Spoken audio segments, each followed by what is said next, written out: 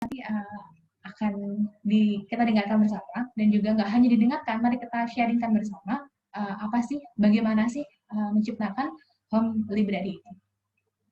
Baiklah, agar pertemuan kita ini semakin berkah, boleh ya nanti pas pertemuan sharing-sharing ini, silakan bunda-bunda ini santai saja, boleh sambil minum, boleh sambil ngambil, ya silakan, asalkan nanti tetap mencatat, karena ilmu itu baiknya dicatat ya. Dan juga jangan lupa ajak, sekali lagi nggak pernah bosan, ajak suami istri, bunda-bunda semua, ataupun yang belum menikah ya, silakan ajak teman-temannya gitu ya, agar mengilmu bersama, khususnya kepada bunda dan juga ayah, agar memperjuangkan bersama, mengamalkan bersama, seperti itu.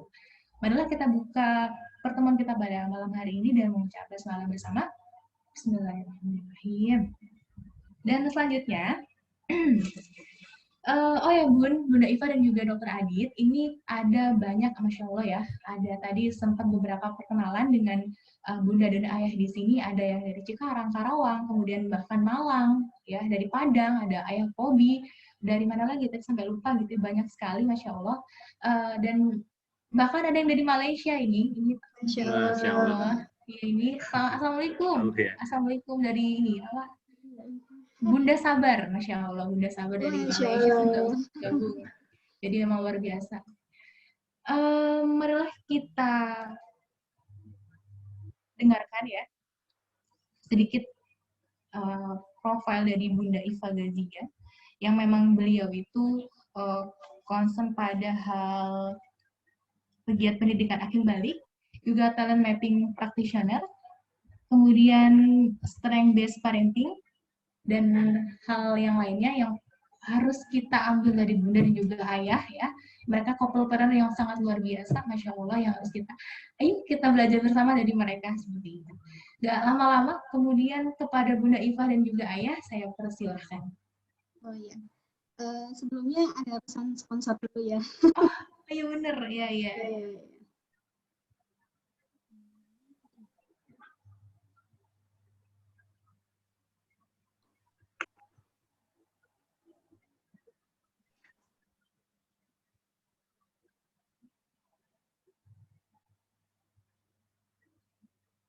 Sebentar ya.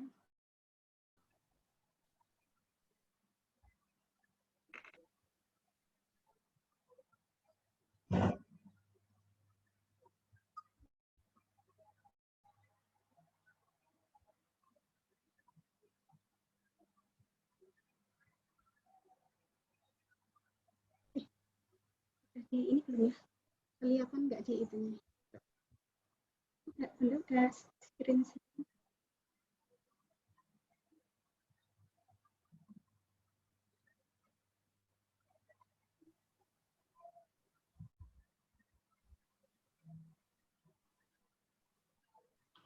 Kelihatan nggak ya tadi?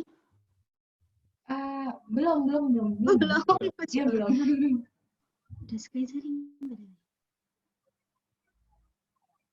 Sebentar ya. Siap, Bunda.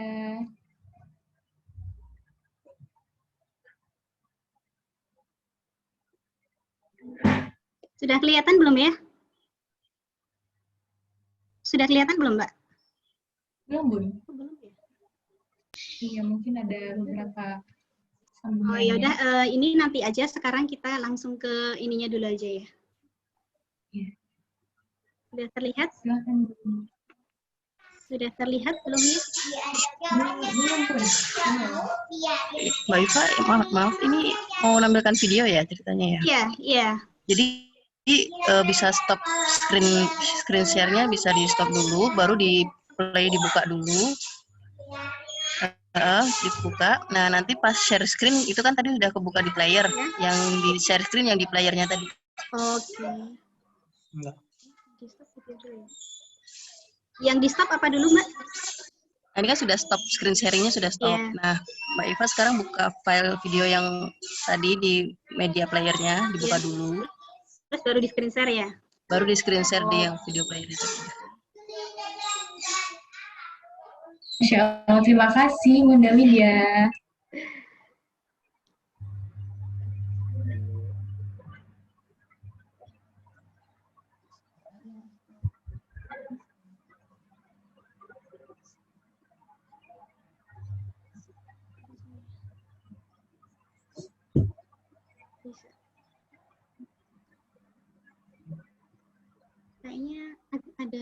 sih tadi agak trouble ya. Maaf ada sedikit gangguan teknis ya. Tadi dicoba sudah bisa, tapi Iya Mbak, tidak jelas Mbak suaranya. coba langsung ke, ya langsung ke sini dulu aja. Oke. Sudah terlihat belum ya? Presentasinya terlihat belum ya? Belum, Bun.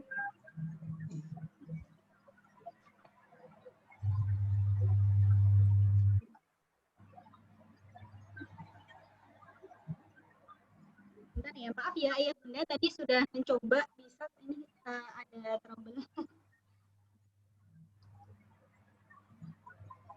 Ini sudah kelihatan harusnya.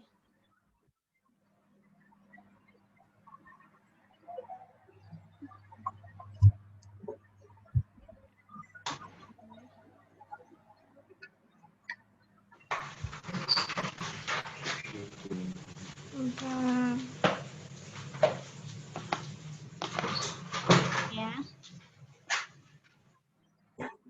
Ini harusnya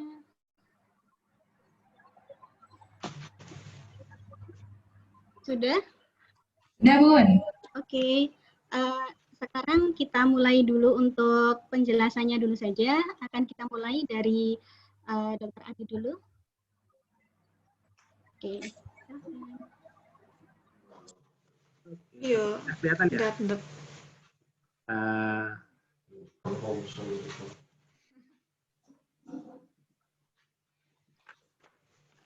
PowerPoint-nya sudah kelihatan?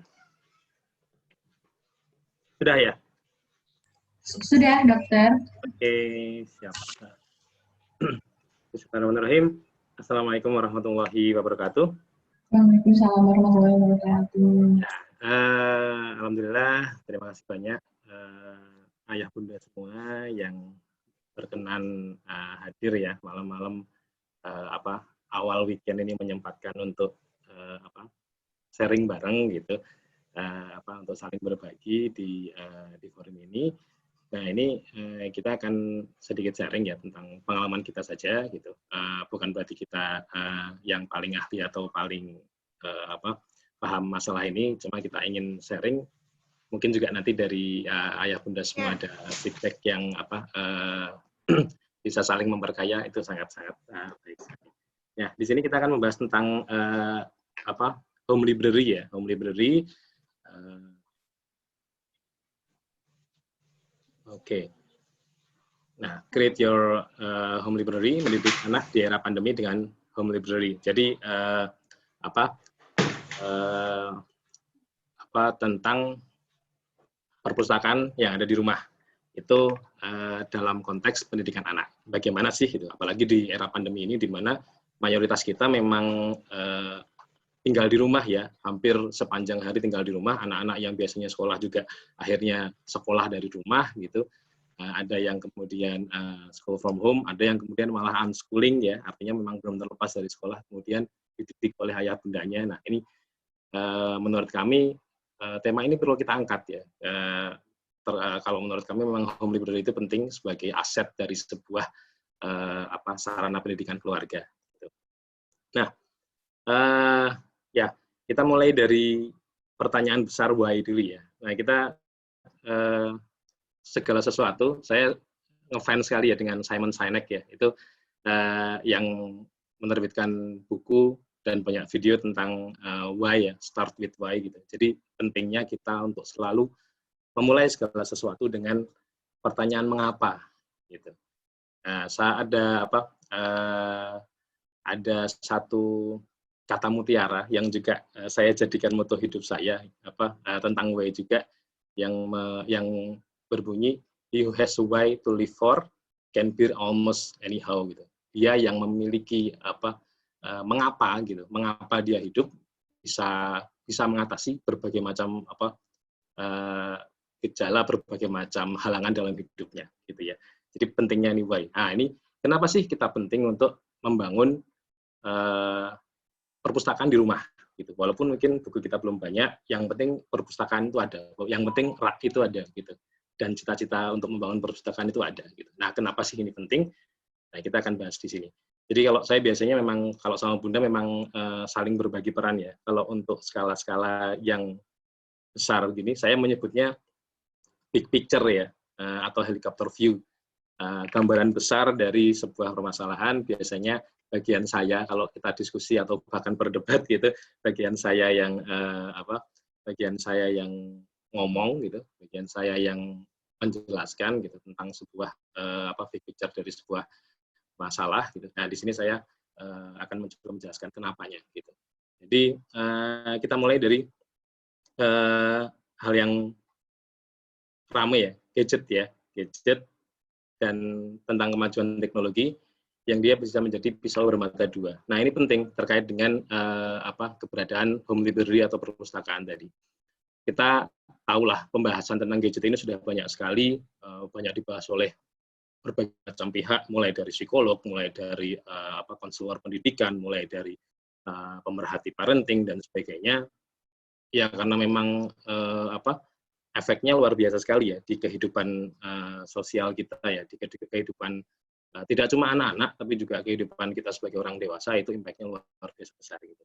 Jelas ada positif ada negatifnya, cuma kalau dari konteks pendidikan anak memang yang harus kita pahami adalah banyak sekali sisi negatifnya, karena faktanya banyak yang kemudian tidak seimbang gitu pemakaian gadget pada anak-anak gitu. Nah, ini penting.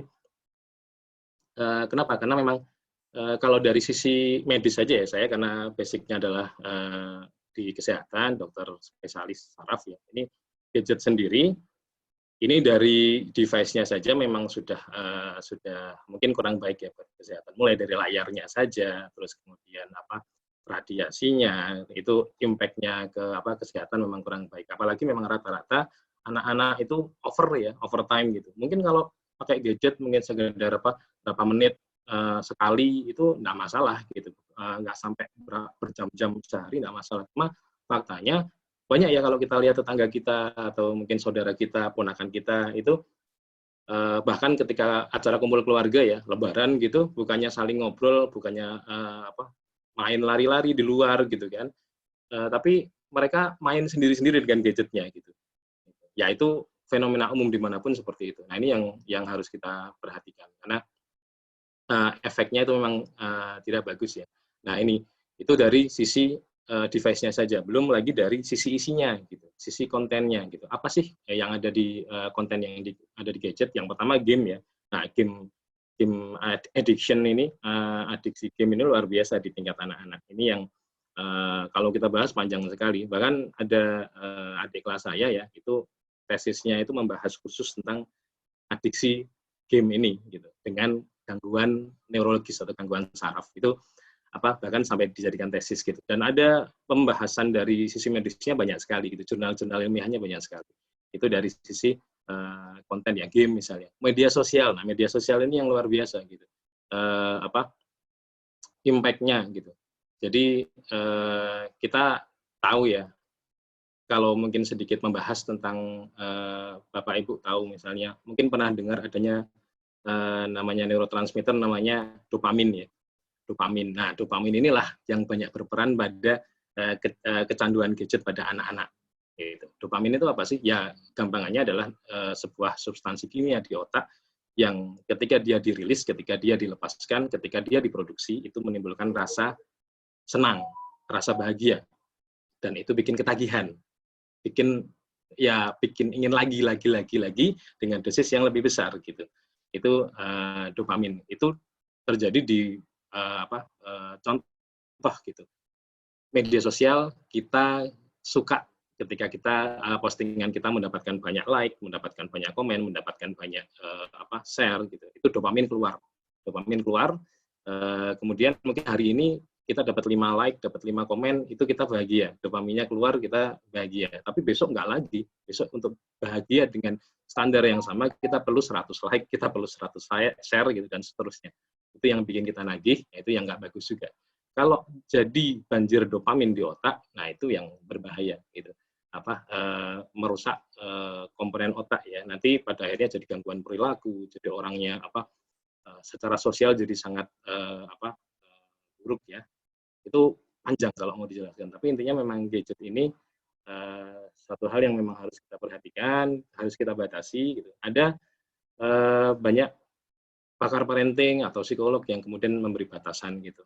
Misalnya usia 7 tahun ke bawah no gadget sama sekali gitu. Usia sekian gadgetnya maksimal berapa jam sekali dan seterusnya. Itu monggo saja sih. Itu silahkan mana yang dianut. Tapi kalau dari kami sendiri, kami pribadi sampai saat ini anak-anak kami masih 5 tahun dan 3 tahun ya. Jadi memang sama sekali tidak pakai gadget sendiri gitu. Kecuali kalau kita setelkan misalnya YouTube yang edukatif atau apa itu saja, tapi kontrol masih di kita dan itu jarang sekali, sangat-sangat jarang sekali.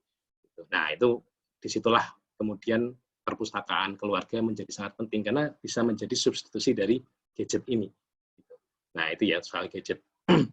Nah kemudian yang penting adalah ini, kita melihat generasi sekarang itu generasi kita ya, bahkan generasi kita, generasi milenial ya gitu. Kalau saya dan istri masih generasi milenial ya, mungkin juga mayoritas ayah bunda juga sama gitu, generasi milenial, anak-anak kita juga generasi Z dan sebagainya itu relatif sama.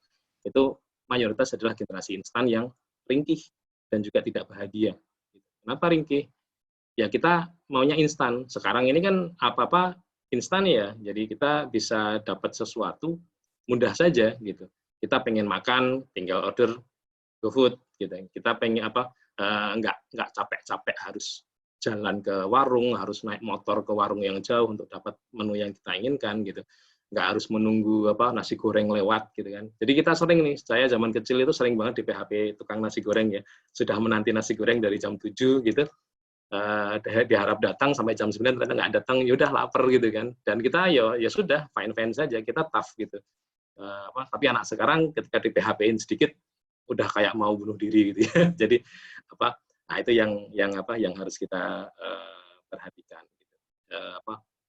Budaya-budaya instan itu. Jadi karena ya banyaklah yang instan-instan ya sekarang itu. Sekarang itu kalau kita mau sesuatu mudah sekali. Kita mau nonton yang kita inginkan, tinggal ketik apa yang kita inginkan di YouTube ya, di kolom search YouTube kita bisa mendapatkan tontonan yang kita inginkan.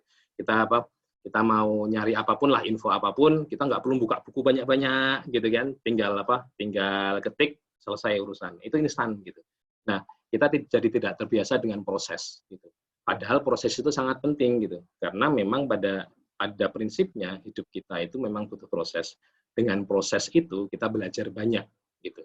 Kita belajar tentang arti kesabaran, belajar tentang kemudian ya tadi menghargai proses itu sendiri tadi, belajar tentang menghargai setiap proses yang harus terjadi untuk mencapai sesuatu, itu yang penting gitu. Nah ini yang tidak banyak dimiliki oleh generasi sekarang, generasi kita, generasi milenial maupun generasi di bawahnya, generasi selanjutnya gitu. Ini jadinya ringkih ketika orang-orang yang instan seperti ini ketika dihadapkan dengan realita di masyarakat yang ternyata tidak bisa instan gitu kan. Sukses tidak bisa instan, kemudian membangun keluarga yang harmonis tidak bisa instan gitu. Mendapatkan cinta yang hakiki tidak bisa instan, mendapatkan kepercayaan dari orang tidak bisa instan, membangun reputasi baik tidak bisa instan. Itu dia kaget. Gitu. Karena biasa instan sejak kecil, dia kaget gitu. Nah, itu yang kemudian berbahaya. Jadi lebih rentan stres. Jadi kemudian orang yang pada akhirnya bisa jadi orang yang toksik secara sosial gitu, banyak sekali. Intinya dari ringkih gitu. Karena kita sering ya kita melihat angka bunuh diri tinggi sekali gitu. Banyak dan seringkali penyebabnya sepele ya, putus cinta lah, kemudian misalnya kemudian dibully lah gitu. Hal-hal yang sebenarnya orang-orang generasi di atas kita itu relatif tough dengan itu. Nah, itu yang penting. Dan juga generasi instan ini biasanya tidak bahagia gitu. Kenapa? Ya kayaknya tadi, karena hal-hal yang membuat bahagia itu perlu proses gitu. Apa sih yang membuat bahagia? Ya tadi kepuasan dalam kerja, kemudian keharmonisan rumah tangga gitu. Terus kemudian kenikmatan beribadah. Itu hal-hal yang nggak akan instan gitu. Kita ingat ya kalau soal kenikmatan ibadah itu ada kata-kata ulama yang sangat terkenal, sering sekali disampaikan. Kalau saya sering mendengar Ustadz Umar Mita atau Ustadz Khalid Wasalamah itu bilang, ada seorang ulama yang bilang, saya sudah sholat tahajud 40 tahun, dan baru setelah 40 tahun itu saya rasakan nikmatnya. Itulah proses untuk mencari kenikmatan ya. 40 tahun, bayangkan gitu. Nah, kita tahajud seminggu sekali aja belum tentu gitu. Itu kan yang yang menyedihkan gitu. Karena kita ya memang perlu berproses untuk mendapatkan sebuah kebahagiaan yang hakiki. Nah, itu ya. Kemudian konteksnya adalah home library ini dibangun karena dengan mendekat pada buku, berakrab-akrab dengan buku, itu mengajarkan anak-anak kita untuk tidak instan gitu ya. Nah, kenapa tidak instan? Ya karena tadi dengan buku sering ya kita mendapatkan berbagai macam informasi singkat, langsung to the point gitu kan di sosial media, di googling dan sebagainya. Tapi kita seringkali ya info yang kita dapatkan superficial atau datar, beda dengan kita mendapatkan info atau ilmu dari buku gitu. Banyak ya buku-buku yang sebenarnya intinya tuh cukup dirangkum dengan satu paragraf atau bahkan satu kalimat saja, tapi dalam buku itu bisa dibahas sampai berjilid-jilid gitu. Padahal intinya cuma satu kalimat atau satu paragraf saja. Nah, ternyata memang untuk dapat pemahaman yang mendalam itulah yang ya ketika kita mengenalkan dengan buku, anak-anak menjadi lebih akrab dengan proses. Oh, ternyata ketika saya harus memahami tentang topik A misalnya, saya harus membaca buku sekian ratus halaman gitu. Dan pemahaman itulah yang justru melekat gitu. Beda dengan pemahaman atau info yang kita dapatkan sekedar dari tulisan singkat di sosial media atau di Google dan sebagainya. Nah, ini yang pentingnya home library untuk bisa menjadi semacam obat lah untuk budaya instan yang cenderung terjadi pada generasi zaman sekarang. Nah, kenapa sih buku gitu? Karena saya pribadi menganggap bahwa buku itu adalah sebuah investasi jangka panjang yang terbaik ya. Saya ingat sekali sebuah momen yang membuat perubahan besar dalam diri saya, terutama pandangan saya terhadap buku. Saya ingat sekali tahun 2007, waktu itu saya ngobrol dengan teman sekontrakan saya, sesama mahasiswa kedokteran di UGM. Kita satu kontrakan gitu. Kita satu tim di Rohis ya, di unit kerohanian Islam di FKUGM waktu itu. Saya bilang gini, ngapain punya buku banyak-banyak kalau kita nggak baca gitu. Kalau kita nggak baca, mending bukunya sedikit tapi dibaca gitu. Terus dia komen balik gitu ya. Ya, nggak masalah, buku itu investasi gitu. Kamu beli buku banyak, buku-buku yang bagus banyak, gitu. Bisa jadi memang kamu nggak baca. Cuma istrimu nanti mungkin baca, anakmu mungkin baca, mungkin tetanggamu baca, gitu. Mungkin saudaramu baca, dan mereka dapat manfaat dari buku yang kamu punya tadi, dan kamu dapat pahalanya gitu. Bisa jadi buku yang mereka baca dari minjem ke kamu itu buku yang mengubah hidupnya, gitu. Membuat dia lebih dekat sama Allah, gitu. Membuat dia lebih bermakna hidupnya. Itu pahala buat kamu. Gitu. Nah, itu benar-benar mengubah hidup saya. Sejak omongan itu, saya langsung ngelis ya buku-buku apa yang penting, buku-buku apa yang harus dipunya. Saya samperin senior-senior saya yang saya ngefans dia, yang saya kagumi gitu kan. Mas, buku apa aja sih yang yang Anda rekomendasikan gitu kan? Buku tentang Islam apa aja, buku tentang psikologi apa aja, buku tentang pengembangan diri apa aja. Saya list semua itu. Buku tentang Islam, misalnya buku akidah apa sih yang penting, buku fikih apa sih yang penting, buku sirah apa sih yang penting, saya list semua. Kemudian saya bikin wishlist ya. Bulan ini uang jajan saya harus cukup untuk beli buku ini gitu, buku Sirah Nabawiyah gitu, misalnya Al-Mukarrafuri gitu yang terkenal ya gitu. Besok bulan depan buku apa dan seterusnya.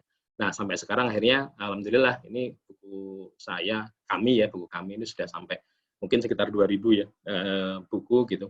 Apakah dibaca semua? Ya belum gitu. Karena tadi investasi tadi nanti mudah-mudahan anak saya baca, mudah-mudahan ketika saya nanti lebih luang bisa baca lebih banyak lagi dan seterusnya. Jadi intinya buku itu investasi terbaik. Nggak akan rugi lah kalau investasi di buku gitu ya. Nah, kemudian sarana penting untuk membangun kultur ilmiah ya. Nah, itu penting karena kalau kita sekedar cari ilmu dari internet dan sebagainya, nggak mengakar ilmunya gitu. Beda ketika kita ambil ilmu dari buku gitu. Itu akan lebih mendalam. Walaupun mungkin sama-sama intinya sama-sama A, cuma ketika kita dapat inti ilmu itu dari buku akan beda. Akan lebih tahan lama, akan lebih mengakar gitu dibanding ketika kita dapat ilmu itu dari sepintas lalu sosial media atau di Google gitu ya. Dan jadi lebih cinta ilmu gitu. Karena ya tadi dari kecil anak-anak akrab dengan buku gitu kan. Mereka bermain apapun dikelilingi buku gitu kan. Kemanapun mereka memandang buku. Nah itu pada akhirnya cinta buku gitu, terbiasa dengan buku, pada akhirnya akan mudah sekali menjadikan mereka menjadi cinta ilmu.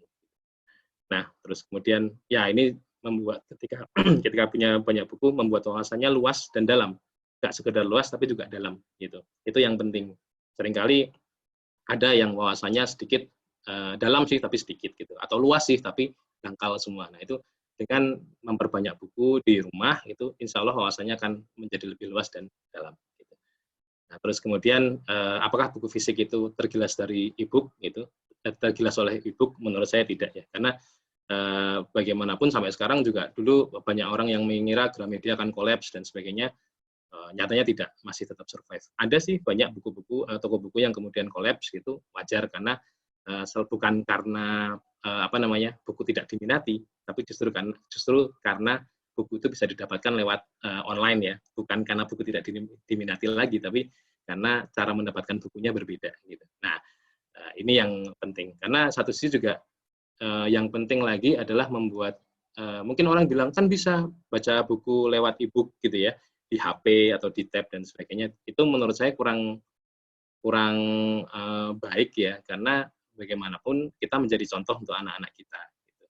Jadi ketika walaupun kita baca buku, tapi anak-anak kita kan lihatnya kita lihat HP. Gitu. Anak-anak kita kan lihatnya kita pegang tablet. Gitu. Jadi ya dan asosiasinya kalau lihat HP ya tadi ya medsos, ya YouTube, ya ya game, jadinya nggak baik. Beda ketika kita pegangnya buku gitu, pegang buku fisik gitu ya, itu akan beda. Oh, ayah sama bunda itu suka baca buku gitu, aku juga ikut-ikut seperti ayah sama bunda gitu.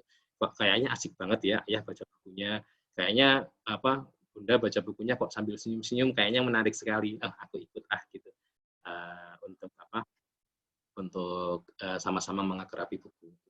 Nah itu jadi beberapa alasan ya, big picture-nya atau helikopter view-nya gitu nanti soal buku. Nah ini soal detail-detailnya bagaimana, soal teknis-teknisnya kita ngapain aja dengan perpustakaan kita di rumah gitu. Nanti Bunda akan menjelaskan lebih detail ya. Karena memang kalau ngurusin perintil-perintilan gitu memang biasanya wanita lebih jago gitu ya. Gitu. Nah, nanti akan dijelaskan Bunda tentang apa yang kita lakukan dengan home library, pendidikan apa yang kita bisa berikan kepada anak-anak dengan perpustakaan di rumah itu. Nah, nanti kita tunggu Bunda. Sambil nanti kalau ada pertanyaan dari ayah Bunda, monggo silahkan langsung di chat aja, nggak masalah di grup WhatsApp grup WhatsApp boleh, atau langsung di kolom chatnya boleh, silahkan ya. Nah, sekarang gilirannya Bunda nih, gitu, untuk menjelaskan tentang teknis-teknis di perpustakaan kita. Ya, monggo Bunda.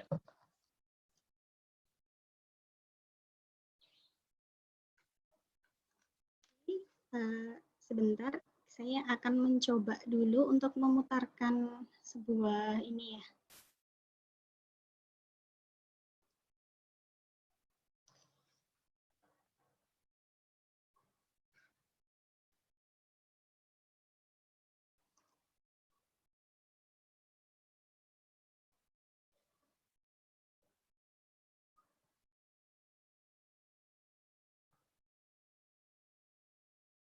Apakah muncul di layar? Muncul ya? Ya. Oke.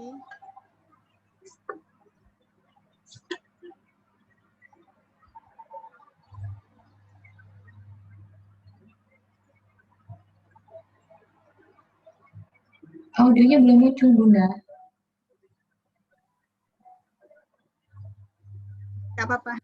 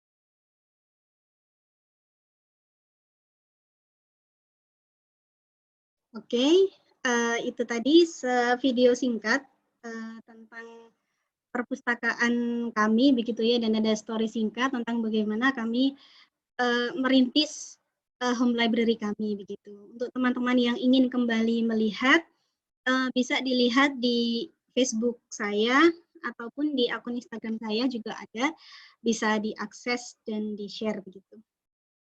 Kita kembali lagi ke ini ya.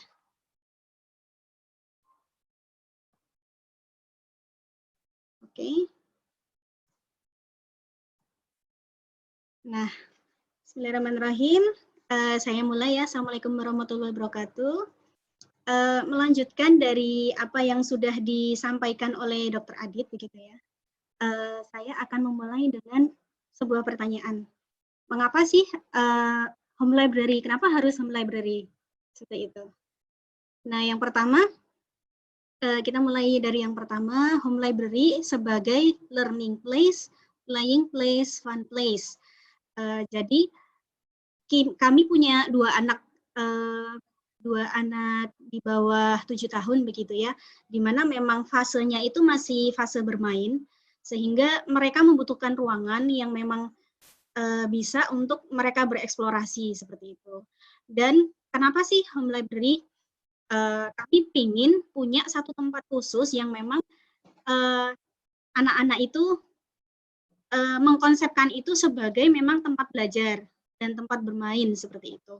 Bermain sambil belajar, sehingga itu juga akan terasosiasikan bahwa home library itu tempat yang menyenangkan begitu, tidak kaku, tidak yang membuat tidak nyaman, sehingga mereka bisa bermain dan bereksplorasi di home library seperti itu ya. Kemudian yang kedua, mengapa home library?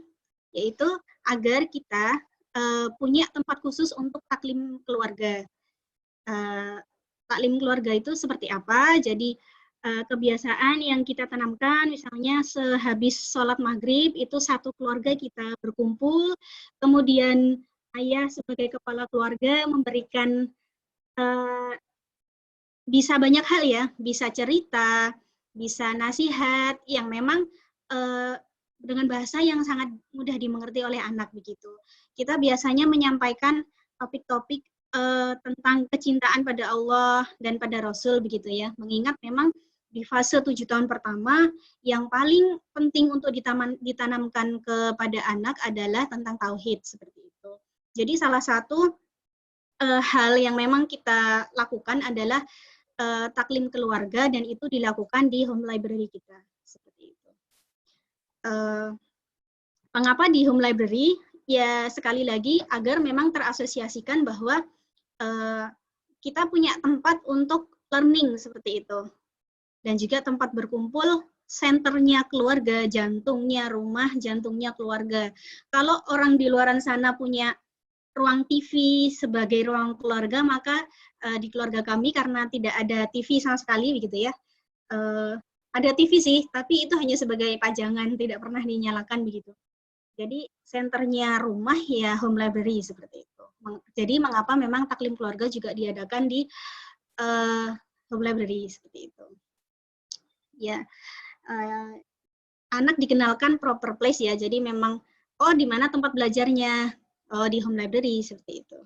Tempat mereka bikin craft gitu ya, motong kerajinan sebagainya di mana? Di home library seperti itu. Kemudian yang selanjutnya, anak diajarkan tentang kepemilikan. Ini terkait dengan kerapihan juga dan kepemilikan. Ini terkait dengan buku. Banyak teman-teman yang ketika saya men-share kegiatan anak-anak membaca buku, kemudian teman-teman banyak yang nanya, itu bukunya nggak disobek ya? Seperti itu. Kalau anak saya udah hancur itu bukunya disobek seperti itu ya. Jadi memang sejak ada Nasyita gitu ya, anak saya paling tua gitu ya, anak saya yang sulung, memang dari dia lahir kami sudah membiasakan anak itu dekat dengan buku. Kami bacakan cerita, kami memang buku menjadi sesuatu mainan dia gitu. Bahkan dia bawa kemana-mana lebih dari dia membawa boneka, lebih dari dia membawa mainan yang lain. Dan itu diikuti ke adiknya gitu. Dimana buku itu memang menjadi alat main utama anak-anak. Jadi ketika mereka main sepeda yang diangkut buku, ketika mereka main peran-peranan begitu ya, yang mereka bawa juga buku begitu. Nah, sehingga memang dan juga mereka melihat dari orang tuanya bagaimana kita memperlakukan buku ya sambil kita sounding, namanya juga anak-anak ya. Tapi mereka sudah mengerti bagaimana memperlakukan buku seperti itu. Jadi memang kita kenalkan dan kita beritahu dan kita contohkan bagaimana memperlakukan buku sehingga anak-anak memang anak-anak kami memang dengan buku kecenderungannya memang sudah merawat dan ketika memang sudah selesai membaca kami sounding terus bahwa selesai membaca dibereskan, dimasukkan ke tempatnya seperti itu. Sehingga salah satu bagian dari perpustakaan kami memang ada satu slot besar khusus memang isinya buku-buku anak sehingga dan itu memang tempat yang bisa dijangkau anak untuk bisa memasukkan dan mengeluarkan buku, memilih buku mereka sendiri. Jadi tempat yang memang bisa dijangkau mereka, seperti itu. Dan kita kenalkan ketika mereka membaca, nanti dirapikan, dikembalikan, seperti itu. Jadi bahwa buku itu milik mereka gitu. Ada satu waktu ketika, ya namanya anak-anak ya, ketika misalnya mereka lupa membereskan, maka ya kita tetap sounding bahwa ya harus dibereskan seperti itu. Sesuatu yang mereka takutkan adalah mereka tidak akan diberikan buku ketika mereka lupa membereskan seperti itu ya. Jadi sampai segitu mereka sayangnya ketika punya buku baru seperti itu. Jadi mereka kecenderungannya memang ya kalau ada buku dibereskan seperti itu. Meskipun ya namanya anak-anak kadang lupa, kadang kemudian habis baca terus bermain, tapi kita memang sebagai orang tua ya terus sounding begitu ya, bagaimana memperlakukan buku seperti itu. Jangan kita yang membereskan ya, namanya juga mendidik anak, nggak bisa. Jangan kemudian ketika anak main buku, ketika anak udah usia seminimalnya 3 tahun, dia sudah bisa mengembalikan buku ke tempat semula, jangan pernah membantu anak untuk mengembalikan buku ke tempatnya. Ketika anak mengambil buku, maka kita ajarkan dialah yang harus mengembalikan ke tempatnya, seperti itu. Dan itu kita harus konsisten sih, seperti itu, biar memang menjadi habit, gitu ya. Selain itu, mengapa home library, anak diajarkan untuk menghargai ilmu, begitu ya. Bahwa memang tertanam di dalam diri anak-anak, center rumah kita adalah center rumah kita adalah home library. Artinya mereka tahu bahwa memang ilmu itu menjadi cahaya di rumah kita, begitu ya. Bukan TV, bukan gadget seperti itu. Bahwa kita mengistimewakan sebuah tempat di rumah, yaitu home library, gitu ya, di mana isinya buku-buku pengetahuan, ilmu agama dan semuanya ada di situ. Sehingga anak tahu bahwa memang ilmu itu menjadi sesuatu cahaya di keluarga kita, seperti itu. Menjadi pusat perhatian di keluarga kita, begitu ya. Selanjutnya, anak dikenalkan dengan adab penuntut ilmu, kemudian adab taklim. Nah, itu terkait dengan kita membuat diskusi-diskusi kecil, ngobrol-ngobrol kecil dengan anak di home library seperti itu ya. Sehingga memang sambil mereka bermain, kita juga menjadi fasilitator, kita mendampingi anak-anak ketika bermain, membaca, seperti itu ya. Sehingga mereka juga kita kenalkan dengan bagaimana sih adab ketika sedang dijelaskan oleh orang tua, ketika mengenalkan ya ini belum memaksa, karena usia sampai fase 7 tahun itu belum bisa dikenakan wajib adab gitu. Maksudnya ketika adabnya nggak sesuai, maka kita hukum itu belum boleh. Kita hanya masih fase mengingatkan dan mencontohkan gitu. Kemudian selanjutnya, apa yang penting untuk orang tua perhatikan pada pengasuhan 0-7 tahun? Ini kami khususkan 0-7 tahun karena bersesuaian dengan usia anak kami ya. Kami belum berkafaah untuk menjelaskan anak yang usianya di atas itu, karena memang pengalaman kami masih di anak usia di bawah 7 tahun begitu ya. Yang pertama, anak dikuatkan rasa keindahan, pendengaran, sentuhan, sikap, dan seterusnya. Dari keindahan indrawi ke keindahan imaji. Di sini pentingnya aktivitas yang merangsang seluruh indera ini. salah satunya dari read aloud. Mungkin di antara teman-teman, ayah bunda sudah ada yang menjadi sudah mempraktekkan read aloud ya. Ada komunitasnya juga dan betapa pentingnya nanti akan kita bahas begitu ya. Reading time dan learning time di kelas mereka, dalam kelasnya itu apa ya, home library begitu ya.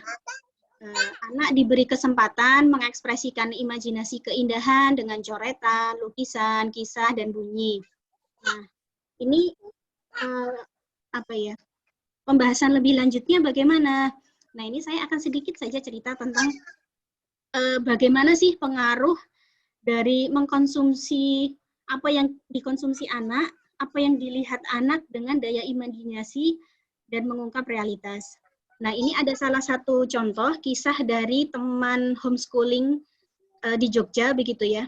Jadi anaknya ketika anaknya usia 4 tahun, anaknya masih sering membaca buku-buku yang tidak terlalu banyak buku-buku yang picture book, yang ada tulisan, yang ada gambar, kemudian buku-buku juga yang kemudian beralih juga dengan dibacakan sesuatu yang tidak bergambar. Jadi orang tua membacakan buku seperti itu. Nah, ketika anak kemudian juga interest dengan menggambar, itu untuk mengekspresikan imaji tadi, gambarannya bagus begitu ya. Tapi kemudian ketika anaknya usia 9 tahun, ketika anak itu sudah diberi akses untuk mengkonsumsi komik, kemudian ibunya mengatakan bahwa hasil gambar anaknya sudah tidak sekompleks ketika anaknya berusia 4-5 tahun begitu. Kenapa? Ibunya mengatakan bahwa dia sudah terbiasa disajikan sesuatu yang tidak perlu pakai imajinasi. Komik ya. Komik itu kan gambar yang memang sudah membuatkan alur cerita begitu ya. Sehingga anak sudah dalam tanda kutip imajinasinya sudah manja begitu ya. Sehingga hasil gambarnya sudah jauh malah justru menurun begitu ya. Daya imajinasi yang terlihat pada gambar. Sehingga waktu itu orang tuanya memutuskan untuk men-stop konsumsi komik dan kemudian beralih ke buku cerita lagi, seperti novel atau sesuatu yang teks gitu ya, yang membuat anak bisa berimajinasi lebih lagi begitu ya. Nah, dari sini sama saja dengan kita memberikan gadget begitu ya. Kita ngasih anak nonton video. Anak sudah terbiasa diberikan tontonan sehingga daya imajinasi anak pun juga kemudian berkurang seperti itu. Salah satu yang bisa mungkin dicek ke anak-anak dari ayah bunda begitu ya. Misalnya ketika diminta untuk menjelaskan misalnya ini ya, sapu begitu ya. Coba anak dikasih sapu. Nah, ketika anak yang banyak hanya menonton gadget, maka dia hanya memfungsikan sapu sebagaimana yang dia ketahui, ya sapu untuk menyapu saja. Tetapi anak yang sudah terbiasa diceritakan dongeng, diceritakan kisah-kisah, kemudian read aloud dengan orang tuanya, membaca bersama orang tua, yang tidak terlalu intens kemudian gadgetnya, maka daya imajinasinya jauh lebih tinggi begitu ya. Sapu bisa dia gunakan sebagai kayak kipas, dia gunakan untuk role play, untuk bermain sebagai kendaraan, sebagai ya apapun imajinasi anak begitu ya. Itu hal-hal yang sangat sederhana yang mungkin bisa ayah bunda cek ke anaknya begitu ya. Mungkin diberikan objek apa imajinasi yang bisa anak sampaikan dengan sebuah benda ini, kamu imajinasinya apa? Nah, itu bisa kita cek apakah daya imajinasi anak kita itu bagus atau sebenarnya daya imajinasinya terdegradasi oleh gadget. Kemudian mana naik sepeda, ayah. Ada suara ini ya. Kemudian yang kedua, ada cerita anak menggambar. Cerita anak dikasih tontonan puppet begitu ya. Nah, ini sebuah eksperimen yang dilakukan oleh peneliti di Amerika begitu ya, tahun yang agak lama. Ini saya tonton dari tontonan TEDx gitu ya, yang menceritakan bahwa ada perlakuan dua anak. Yang pertama dia diberi tontonan orang-orangan begitu ya di TV atau di layar. Kemudian si orang-orangan ini disembunyikan di belakang pakaian begitu ya. Kamar ya. Kemudian yang satunya anak Mama. dengan objek langsung, wayang-wayangan langsung yang dia lihat langsung objeknya, kemudian wayang-wayangan itu bersembunyi di balik kain-kain. Maka ketika ditanya, wayang-wayangannya ada di mana? Nah, anak yang melihat itu dari objek screen, dia nggak tahu wayangnya ada di mana. Tapi ketika ditanyakan ke anak yang melihat objek langsung, anak ini ngerti, oh, papetnya ada di belakang kain seperti itu. Ini eksperimen sederhana yang menunjukkan bahwa cara melihat realitas dari anak yang disajikan gadget dengan anak yang lebih banyak bermain dengan realitas itu sangat berbeda. Seperti itu. Kemampuan untuk mengungkap dan menangkap realitas itu bisa berbeda, sehingga memang harus hati-hati begitu ya. Betapa memang ketika anak tidak didekatkan dengan realitas, ya, dan ketika lebih banyak diasuh oleh screen begitu ya, maka ya banyak hal yang menjadi kurang, termasuk daya imajinasi dan daya mengungkap realitas begitu.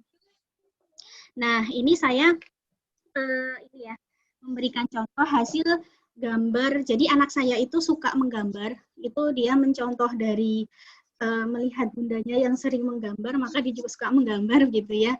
Nah, ini contoh gambaran anak saya di fase-fase ketika dia waktu itu masih ini ya, sekolah begitu ya.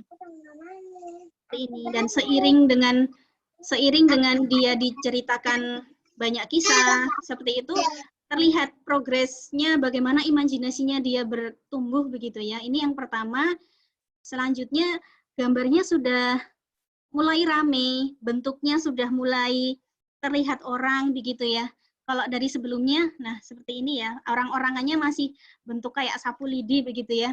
Tapi setelahnya sudah berbentuk, sudah berbadan, sudah ada isinya, sudah ada storytellingnya begitu ya. Jadi di situ ada ayah, bunda, adik, ceritanya apa. Jadi membuat cerita, oh sedang berbelanja, bunda membawa troli, adik membawa belanjaan seperti itu. Ada ayah yang membawakan barang. Jadi dia sudah berimajinasi dengan gambarnya begitu ya. Termasuk gambar sebelahnya juga. Ada yang ini guru sedang mengajar begitu ya. Ada murid-muridnya yang sedang duduk. Kemudian ada papan tulis, ada kipas. Objeknya itu lebih banyak seperti itu ya.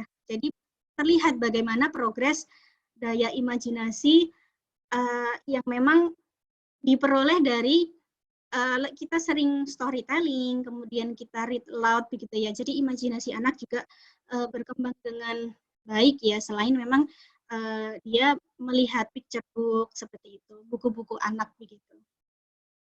Nah, selanjutnya ini agak surprise ya, karena memang saya tidak pernah mengajarkan membuat craft seperti ini. Tiba-tiba Nashita itu datang ke saya menunjukkan dia membuat itu. Jadi ini kayak wayang-wayangan dibuat dari kardus bekas minuman hidrokokol dari ayahnya begitu ya. Dia bikin sendiri, dia bikin wayang-wayangan seperti ini. Di atasnya ini bisa ditarik-tarik begitu ya. Seperti itu, dan kayak mini opera begitu. Dia nanya, Bunda punya kain nggak gitu, biar bisa nutupin. Ini biasanya ada kainnya terus bisa dibuka gitu, kayak pertunjukan gitu. Saya surprise karena saya nggak pernah ngasih tahu caranya membuat bagaimana, dan dia hanya melihat itu dari buku begitu ya, dan dia praktek sendiri, dia bikin craft sendiri dan dia membuat itu ya. Di situ ada objek ininya, ada objek apa namanya, apa itu loh yang roket begitu ya. Ada roket, ada manusianya, begitu ya. Jadi ketika itu ditarik naik, maka roketnya meluncur naik seperti itu, dengan daya imajinasi seperti itu ya. Jadi dari sini kita bisa melihat bagaimana ketika daya imajinasi anak benar-benar kita pelihara, maka kreativitasnya pun juga berkembang dengan baik begitu ya. Yang benar-benar tidak bisa kita dapatkan dari screen yang banyak begitu ya. Ketika anak kita terfokus dengan screen, ya kemudian imajinasi, kreativitas mungkin juga akan jauh dibanding dengan ketika kita lebih banyak melakukan aktivitas bersama anak di luar screen time gitu ya. Nah, mungkin untuk teman-teman yang anaknya masih kecil begitu ya, kalau punya home library, kalau anak belum bisa baca gimana gitu. Nah, kami akan sedikit menceritakan kebiasaan di keluarga kami begitu ya, bahwa memang anak-anak belum bisa baca. Anak saya yang paling besar pun belum bisa baca.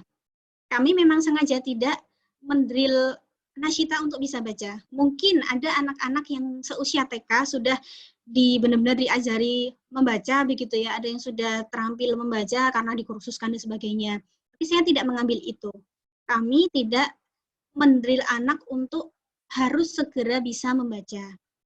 Tapi hal yang pertama-tama kami usahakan untuk anak adalah bagaimana anak mencintai buku dulu, mencintai aktivitas membaca dulu, mencintai buku dulu, bukan kemudian bisa baca. Itu dua hal yang berbeda ya.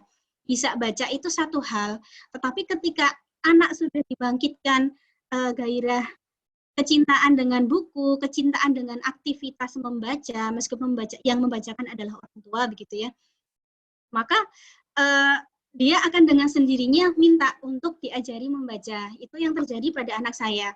Nah, ketika anak saya sudah ini ya, karena sudah sering, ya sudah ini nikmatnya bisa baca buku, maka dia akhirnya minta dengan sendirinya minta diajari membaca.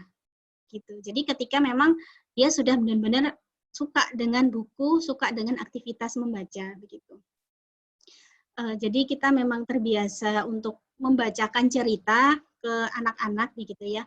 Buku apa? Nah, buku yang sering kita baca untuk fase anak-anak awal itu ada salah satu buku, mungkin saya sebut merek ya, yang cukup bagus dan saya cukup merekomendasikan itu adalah Halo Balita. Jadi emang versi original yang terbit pertama kali dan itu saya pikir memang salah satu karya yang bagus begitu ya. Bahasanya simple untuk anak sampai 3 tahun begitu ya, mudah dimengerti. Nah, itu buku pertama-tama yang dikonsumsi oleh anak-anak saya di usia 3 tahun begitu ya, di bawah 3 tahun.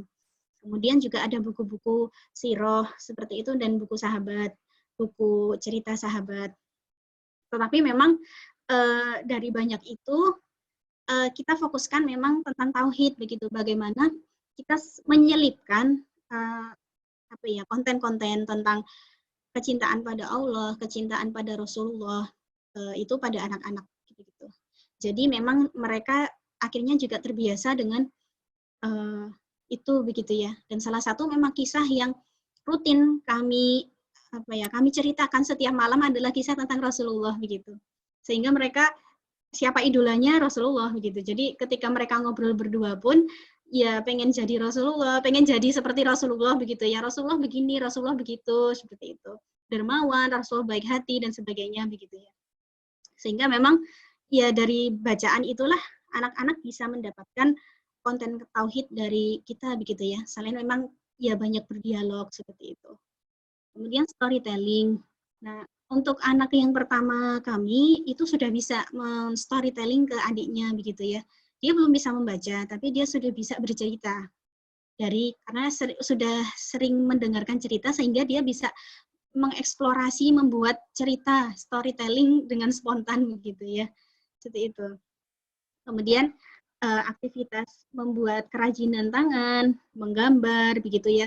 Sebenarnya seperti aktivitas menggambar ini penting sih. Ini simple, tapi sebenarnya dari menggambar itu kita bisa melihat banyak hal dari anak begitu ya.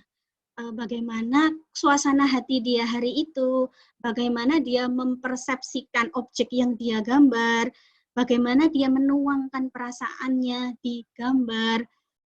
Seperti itu bisa kita gali. Adik menggambar apa? Itu misalnya menggambar orang tua sedang apa, menggambar objek apa, kenapa diwarnai dengan warna ini, itu benar-benar bisa kita gali. Kita bisa dapat banyak hal dari gambar anak-anak begitu ya. Seperti itu. Kemudian screen time. Apakah ada yang nanya, Nasita dan Farzan benar-benar nggak screen time ya? Nggak nonton ya? Nonton sih gitu. Kita bukan yang 100% anti screen ya.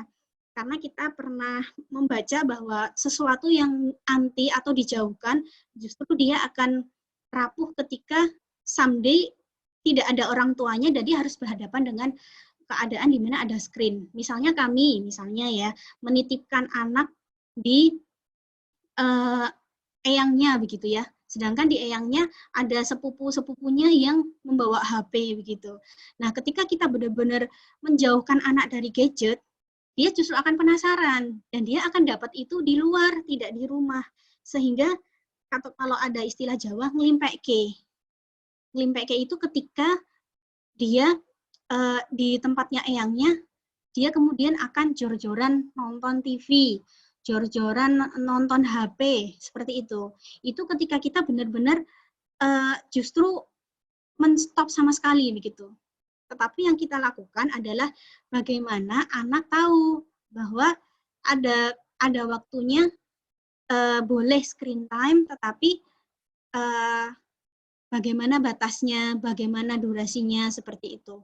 Itu yang penting sih, tidak membuat anak anti, tetapi membuat anak bahasa Jawanya ora gumun, apa ya istilahnya tuh, nggak tertarik. Ya, mereka lebih tertarik dengan buku, lebih tertarik dengan main sepeda, mereka lebih tertarik dengan membuat craft, seperti itu. Jadi yang kami upayakan adalah bagaimana anak lebih tertarik dengan sesuatu yang di luar screen, seperti itu. Nah, kalau yang kemudian screen, itu kita lebih pada ya konten-konten yang memang membelajarkan ya. Kalau anak-anak saya sukanya nonton OTAN gitu ya. Kalau ayah bunda tahu gitu ya, OTAN itu ini ya, liputan-liputan tentang binatang, dunia binatang, seperti itu anak saya yang benar-benar berdua itu suka banget gitu. Dan itu salah satu yang ya menambah pengetahuan begitu ya tentang dunia binatang, dan narasinya bagus ya di si OTAN itu. Narasinya tuh ekspresif begitu ya, kata-katanya juga ekspresif gitu, sehingga anak-anak juga belajar kosakata, dia menambah kosakata vocabulary baru dan dengan kata-kata yang ekspresif seperti yang si OTAN itu ya, seperti itu. Kemudian ini ya pentingnya mengapa sih read aloud gitu ya, karena di fase 7 tahun pertama anak itu harus tuntas dekat dengan bahasa ibu. Maksudnya bahasa ibu adalah bahasa yang digunakan oleh orang tua sehari-hari. Seperti itu. Harus tuntas bagaimana maksudnya? Harus tuntas artinya dia harus perbendaharaan katanya juga diperbanyak, harus lebih banyak begitu ya. Dan itu hanya bisa dengan dialog begitu ya, ngobrol langsung, dan dengan read aloud. Dan read aloud maksudnya orang tua membacakan buku cerita, kita bisa memberikan intonasi-intonasi yang memang sesuai dengan ekspresinya, seperti itu. Tidak flat, tidak datar, tapi ketika misalnya ceritanya tegang, kita memberikan intonasi yang tegang, begitu ya. Ketika situasinya happy, kita juga membacanya dengan happy, begitu. Sehingga anak mengerti bagaimana perbedaan intonasi ketika senang, ketika marah, ketika sedih, itu anak tahu intonasinya. Jadi anak bisa mengekspresikan begitu ya, termasuk juga ekspresi wajah. Dan itu yang tidak bisa didapatkan dengan screen begitu ya. Ketika kita read aloud, orang tua membacakan buku dengan intonasi dan ekspresi. Ketika senang, kita ekspresinya juga wah gitu ya, antusias. Ketika sedih, kita juga sedih, seperti itu. Anak belajar ekspresi ini sangat penting. Sehingga ketika dia nanti bertumbuh dewasa, dia ngerti marah itu ekspresinya seperti apa, intonasinya seperti apa, sedih seperti apa, kemudian marah, sedih, senang seperti itu seperti apa, dan itu penting sekali sih gitu. Karena kita juga sedang menghadapi isu ini ya, di mana anak tidak kenal dengan ekspresi. Karena manusia sekarang text people ya, orang pakai teks, orang pakai WA. Di WA kan nggak tahu ekspresinya kayak gimana gitu ya. Sehingga anak-anak yang dibesarkan oleh oleh texting dan gadget ini kemudian kehilangan apa ya, fitrah untuk mengetahui untuk bisa berekspresi seperti itu. Dan disitulah krusialnya kita sebagai orang tua dengan zaman yang seperti ini untuk tetap memberikan perhatian pada anak, bagaimana anak itu tumbuh dengan baik bahasa ibunya, ekspresinya, kemudian intonasi bahasanya seperti itu. Dan itu bisa didapat salah satunya dari membaca dan aktivitas bersama dengan orang tua gitu. Ya, mungkin kurang lebih itu dulu dari kami. Kalau ada pertanyaan, mungkin kita buka sesi pertanyaannya begitu ya. Masya Allah, terima kasih Bunda atas ilmunya yang luar biasa. Ini sudah ada beberapa pertanyaan yang masuk dari Bunda Tika ya. Mungkin teman-teman yang ingin bertanya juga silahkan bisa sampaikan di kolom chat juga. Ini ada dari Bunda Tika. Bunda, bagaimana caranya agar anak minat membaca buku? Nah, bagaimana Bunda? Ada 3 pertanyaan dari Bunda Indah, Bunda Tika, dan juga tadi terakhir dari Bunda Nipta. Mau satu-satu dulu ya Bunda? Oke, untuk yang pertama, sebagaimana dijelaskan oleh Dr. Adit ya. Jadi memang bagaimana mungkin anak bisa tertarik dengan buku kalau orang tuanya enggak gitu loh. Jadi kita dulu sebagai orang tua yang memang harus mencontohkan gitu. Tidak basa-basi ya, kita benar-benar harus mencintai buku dulu. Baru kemudian di anak-anak itu ini kok pinter, mereka itu peniru ulung begitu ya. Ketika kita memang punya habit membaca, anak pun begitu. Dan sekali lagi juga menjauhkan anak dari distraksi gadget itu juga penting begitu. Bagaimana mungkin kita pengen anak kita senang dengan kegiatan baca, tetapi justru waktu lebih banyak dia itu dengan screen, bukan dengan buku. Seperti itu. Jadi memang dimulai dari mana? Ya dimulai dari kitanya dulu, orang tuanya dulu senang membaca, mereka melihat kita senang membaca, mereka mengikuti kita senang membaca, dan mereka kita ikutkan dalam aktivitas membaca bersama seperti itu. Dan menjadikan itu sebagai habit begitu ya. Mungkin begitu Bunda Tika. Ada yang perlu ditanyakan? Saya tambahin dulu Mbak Retno. Oh iya silakan. Jadi betul prinsipnya memang keteladanan ya yang paling utama. Cuma tambahan lagi, yang penting memang sedari kecil itu kita biasakan. Kalau saya pribadi sih bahkan sejak dalam kandungan gitu. Jadi beda sekali ya. Saya itu ada anak 2, cuma 2 itu dari 2 anak itu sudah bisa diambil hipotesis gitu. Anak pertama itu ketika hamil, bundanya ini Bunda Iva itu sedang nulis buku ya, sedang akrab banget dengan buku dan sebagainya macam-macam gitu. Jadinya anaknya sekarang itu lebih maniak sama buku. Jadi buku itu adalah cintanya dia gitu. Jadi bahkan yang dibawa-bawa buku gitu kan. Gitu. Jadi beda sama anak yang kedua gitu. Anak yang kedua itu waktu hamil juga lebih banyak jualannya ya. Lagi awal-awal bangun Gazia itu kan jadi lebih banyak jualannya, intensitas interaksinya dengan buku tidak sebanyak ketika kehamilan pertama. Itu juga ngaruh. Nah, juga termasuk ketika masih kecil gitu. Banyak dibelikan buku. Kalau mungkin masih kecil takut sobek, belikan buku yang board book ya, yang tebel-tebel gitu. Ya sering-sering aja disentuhkan gitu. Dibacakan, diperlihatkan. Itu sering-sering mulai dari ya sejak bayi, sejak usia berapa bulan gitu mulai harus ditunjukkan gitu. Bahkan ya tadi seringkali awal-awal usia anak itu tidak menjadikan buku sebagai bahan bacaan ya jelas ya, dan bukan sebagai bahan untuk dilihat, tapi bahan mainan, dilempar-lempar, dibanting-banting, disusun-susun, itu mainan gitu. Tapi tidak masalah, yang penting dia akrab dengan buku gitu. Dekat dengan buku, setiap harinya buku. Nah, itu yang paling penting. Nanti ketika semakin usianya semakin naik, semakin dia paham, nah, baru kita bacakan, baru kita ceritakan. Bahkan ketika bayi itu penting untuk kita menceritakan anak gitu. Kita pegang buku, kita ceritakan, mungkin anaknya nggak bisa respon, tapi anaknya pasti dengar gitu. Anaknya pasti paham gitu. saya yang salah satu yang bisa kita teladan itu adalah Helvitiana Rosa ya. Itu kan memang novelis yang luar biasa gitu. Mendidik anaknya dulu beliau cerita ya sama gitu.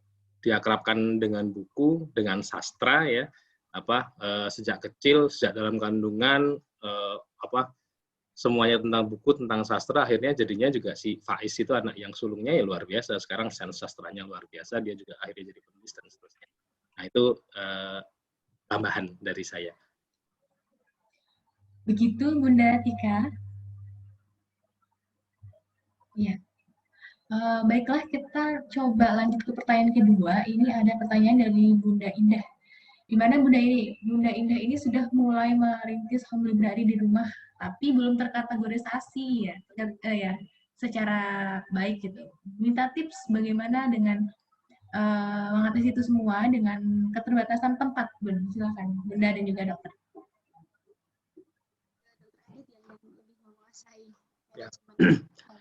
Ya, ini kalau soal manajemen buku malah saya yang lebih dominan ngaturnya. Ya prinsipnya kalau terkait dengan tadi keterbatasan ruang, ya prinsipnya diakali aja sih. Kadang-kadang kita bisa membeli rak-rak yang kecil dan sebagainya, raknya yang memanjang. Bahkan sekarang ada opsi untuk bikin rak layang ya, menggantung di dinding, kita pakai burvisor dan sebagainya. Itu tuh bisa sangat hemat tempat, digantungkan, tidak pakai rak di bawah tapi digantungkan gitu bisa, tergantung kondisinya. Kita bisa memanfaatkan ruang sih. Terus kemudian biasanya memang pembuat buku itu jadi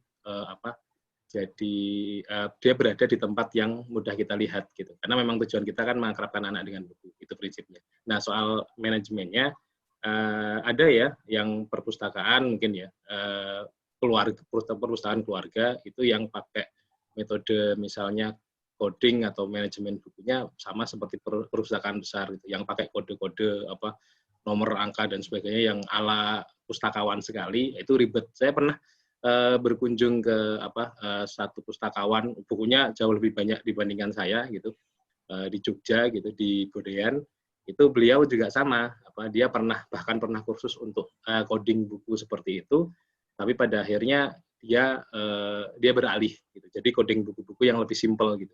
Kalau saya ini mengkategorikan buku ini dengan kategori nama dan juga warna gitu. Ada warna misalnya hijau saya untuk buku-buku agama gitu kan. Terus misalnya ini NVL novel, buku-buku novel ini dengan biru muda gitu-gitu. Itu lebih mudah gitu. Jadi mengkategorikan buku dengan warna dan juga dengan kategori. Misalnya tadi buku agama hijau semua, tapi agama itu kan luas gitu. Kemudian dari yang warna hijau tadi saya bagi-bagi. Oh ini buku akidah, oh ini buku fikih, oh ini buku sirah, oh ini buku sakofah, oh ini buku ibadah, oh ini buku Quran, oh ini buku hadis. Itu beda-beda, sama warnanya hijau karena itu buku agama semua, cuma beda-beda namanya. Nah itu yang itu mudah sekali. Jadi kita nata di buku. Kalau mungkin ayah bunda lihat tadi videonya ya, sempat lewat gitu kan, memang di atas hijau semua karena memang itu ngumpul satu rak itu agama semua, walaupun di atas itu akidah, bawahnya Al-Quran, bawahnya hadis, bawahnya sirah dan sebagainya. Itu beda-beda. Nah nanti sebenarnya panjang, kalau mungkin memang tertarik bisa dibikinkan nanti sesi khusus untuk belajar mengkategorisasi dan manajemen buku itu. Tinggi. Terima kasih. Baik begitu Bunda Indah ya, semoga bisa menjadi pilihan inspirasi untuk mengkategorisasikan buku-buku yang ada. Ini ada beberapa pertanyaan masuk dari WhatsApp, tapi kita akan coba menghabiskan pertanyaan yang dari chat Zoom ini. Dari Bunda Nipta. Ini lucu, ini luar biasa. Jadi Bunda Nipta itu memiliki seorang anak yang kalau baca terus, kalau crafting terus. Tapi ketika diminta untuk berhenti justru melawan. Hanya satu aktivitas yang tidak melawan, yakni ketika diminta untuk sholat. Ya Masya Allah. Apakah ada yang salah, Bun? Terima kasih. Silakan Bunda dan juga Ayah. Ya, kalau menurut kami sih nggak ada yang salah sih. Itu kan mungkin kecenderungan anak ya. Jadi memang beda-beda gitu. Anak-anak apa? Anak-anak memiliki kecenderungan sendiri, sukanya apa dan sebagainya. Selama dia apa masih dalam apa kategori yang apa tidak membahayakan, terus kemudian secara apa syariat juga tidak salah, ya apa jalan saja sambil kita wait and see, kita lihat perkembangannya bagaimana gitu. Bahkan ketika anak-anak ketika kita suruh sholat nggak masalah kalau dia masih 5 tahun gitu, malah jangan dipaksa gitu. Ini anak-anak saya juga belum kan apa namanya belum ada yang 7 tahun ya, padahal kita nyuruh untuk belajar mengajari anak sholat dan ibadah yang lainnya kan 7 tahun ya. Itu ya sudah gitu, belum 7 tahun ya kita contohkan aja, kita kita tunjukkan ke mereka bahwa sholat itu menyenangkan, bahwa ngaji itu menyenangkan, bahwa apa namanya Allah sayang loh sama orang yang suka sholat. Kenapa sih kita sholat? Karena apa? Ya bentuk sayang kita, bentuk terima kasih kita pada Allah yang sudah ngasih banyak ke kita dan sebagainya. Ketika pun mereka, yuk sholat yuk, nggak mau, ya sudah nggak masalah gitu. Oh iya nggak masalah. Nanti kalau sudah nggak capek, ikut ya gitu. Enak loh sholat dan sebagainya. Jadi nggak masalah sih menurut kami. Apalagi kalau disuruh sholat rajin, nah itu luar biasa. Mudah-mudahan jadi bibit kesalihan nanti ke depannya gitu. Sama ini ya, Ya, begitu. mungkin bisa di ini ya, untuk mengimbangi ketika misalnya porsi crafting lebih banyak daripada membaca, mungkin bisa kita bikin sesuatu apa ya, kayak crafting yang membuat dia juga ada permainan membacanya begitu ya. Crafting yang dengan huruf, dengan kayak menggabungkan huruf-huruf seperti itu, kayak puzzling gitu, tapi dalam bentuk crafting gitu. Itu bisa. Jadi ya bagaimana kreativitas kita untuk bagaimana biar balance gitu ya. Tetapi pada basicnya apapun aktivitas anak itu memang seperti itu ya. Kadang ketika mereka suka banget, mereka benar-benar intens, tapi habis itu berpindah ke yang lain, berpindah lagi, nggak masalah gitu ya. Justru kita yang paling penting sih memang membuat anak mencoba ragam aktivitas. Itu yang penting untuk kita bisa eksplor talentnya, eksplor bakatnya itu apa sih. Nah ini yang ragam aktivitasnya gitu ya, yang memang harus kita perbanyak begitu ya. Tapi ketika emang anak sedang intens, seneng banget sama satu hal, kita coba ini apa namanya, kita amati begitu ya, kita inilah ya, kita eksplor, kita evaluasi, kita lihat begitu ya, bagaimana anak kecenderungannya seperti itu. Ketika dia bikin crafting, bagaimana, apakah dia senang dengan sesuatu yang berupa kreativitas, sehingga next time kita memang lebih banyak memberikan porsi wadah untuk itu. Barangkali memang daya kreativitasnya yang tinggi seperti itu.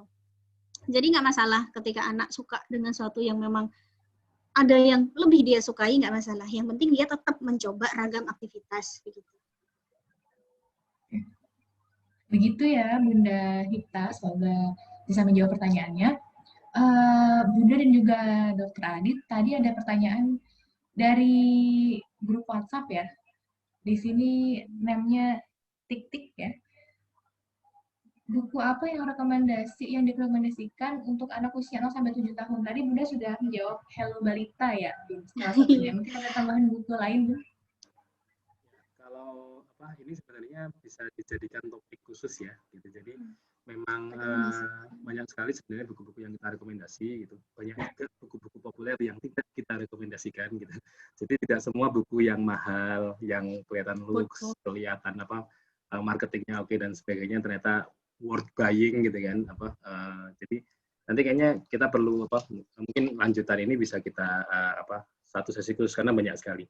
Kalau saran saya memang yang paling di antara banyak buku yang kita punya untuk rentang anak segitu memang Hello Balita.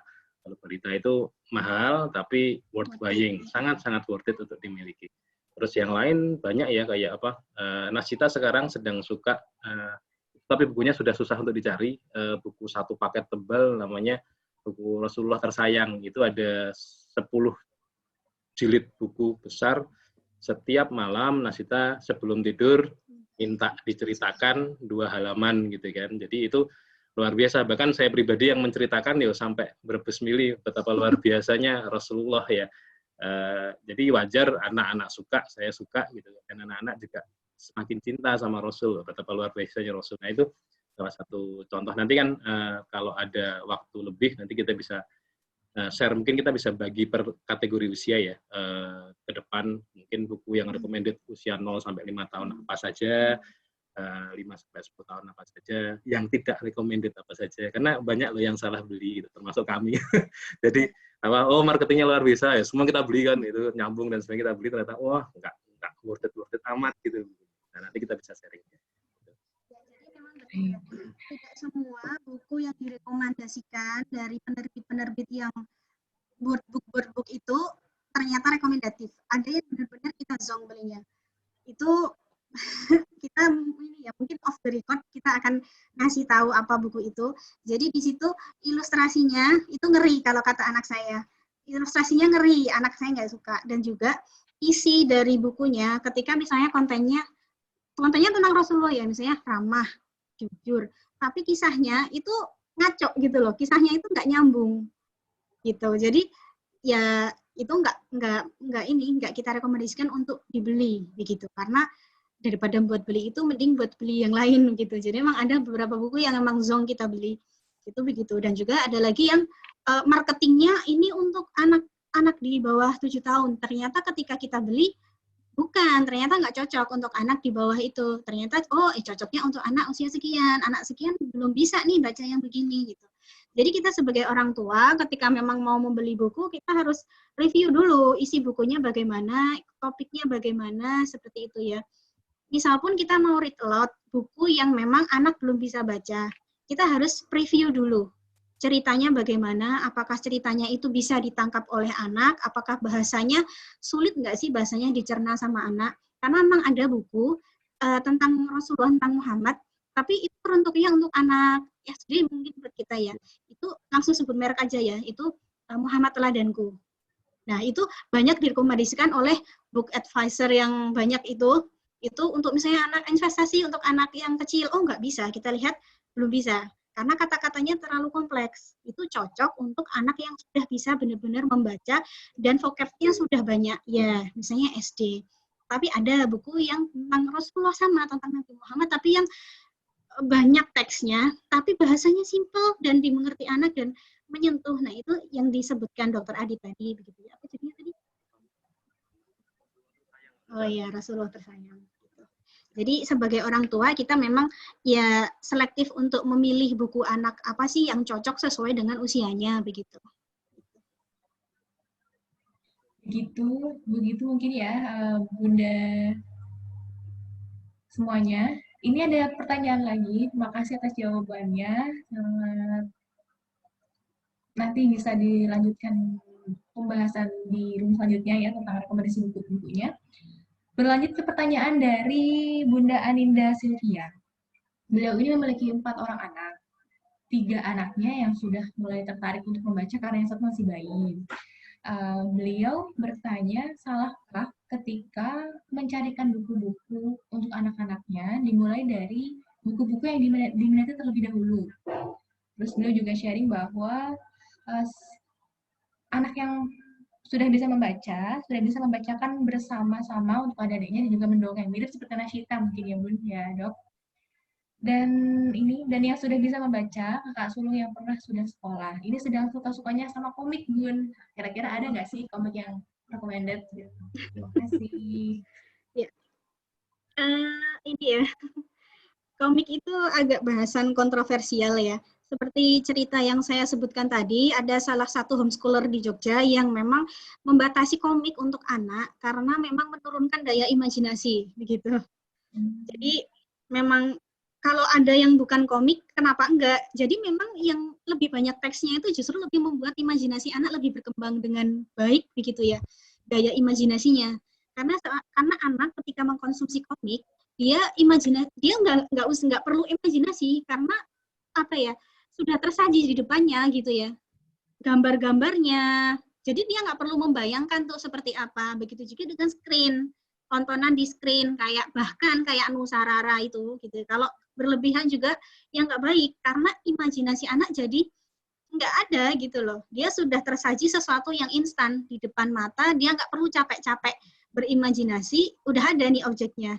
Tapi yang justru bagus itu ketika kita read aloud, kita menceritakan dongeng, kita menceritakan sebuah cerita gitu ya, misalnya kisah Sirah, anak punya imajinasi gitu, anak berimajinasi, oh seperti itu, dia punya imajinasi, oh di apa ya di Mekah itu seperti ini gitu ya suasananya dan bagaimana, dan dia bisa menuangkan itu ke dalam gambar yang memang bisa lebih beragam, lebih detail seperti itu. Yang itu nggak bisa kalau kita terlalu memberikan stimulus, terlalu banyak gambar ke anak. Gitu.